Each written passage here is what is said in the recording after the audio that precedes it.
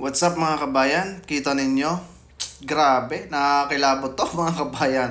Itong mga taga Davao, kita nyo, napakaraming yan mga kabayan. Nasabi doon sa post 200,000. Yung mga umattend na yan mga kabayan, dyan sa rally na yan. Ngayon mga kabayan, nakita nyo yung sa Davao na nagraraling sumusuporta kay PRRD.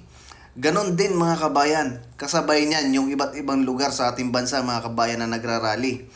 At pangalawa mga kabayan, yung mga OFW na nagpapakita din ng pagsuporta kay PRRD. Buong mundo mga kabayan. Meron nasa Korea, may nasa Japan, may nasa Hong Kong, may nasa Netherlands, meron sa Dubai, Bahrain.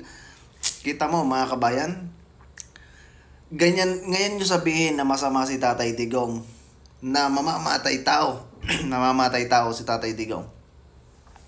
Mas marami ang pabor, no, sa naging polisiya ng ating dating Pangulo mga kabayan. Talagang kinikilabutan ako. Ganyan karami mga kabayan ang taong pabor sa dating Pangulo. Ngayon, ano kaya ang magiging husga kung sakali man nanonood ng social media yung mga judges ng ICC? Ganyan ang yung inaakusahan na masamang tao. Grabe, napakarami mga kabayan ng taong nagmamahal pa rin kay PRRD. Kasi mga kabayan, ngayon na-experience nila yung hindi katulad ni PRRD ang namumuno. Kasi mga kabayan, nagbalikan ang mga tolongges sa kalsada mga kabayan.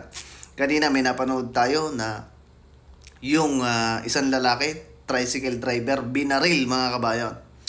Kita mo yon. Grabe, balikan na naman mga kabayan yung kumbaga inosente yung nadadali ngayon, hindi yung mga tulonggis mga kabayan.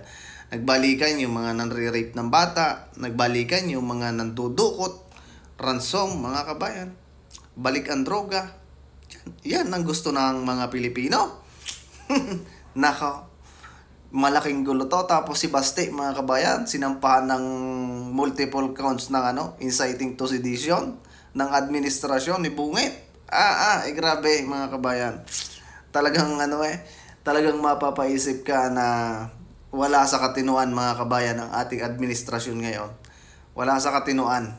Grabe na talaga ang nangyayari sa bansa natin mga kabayan.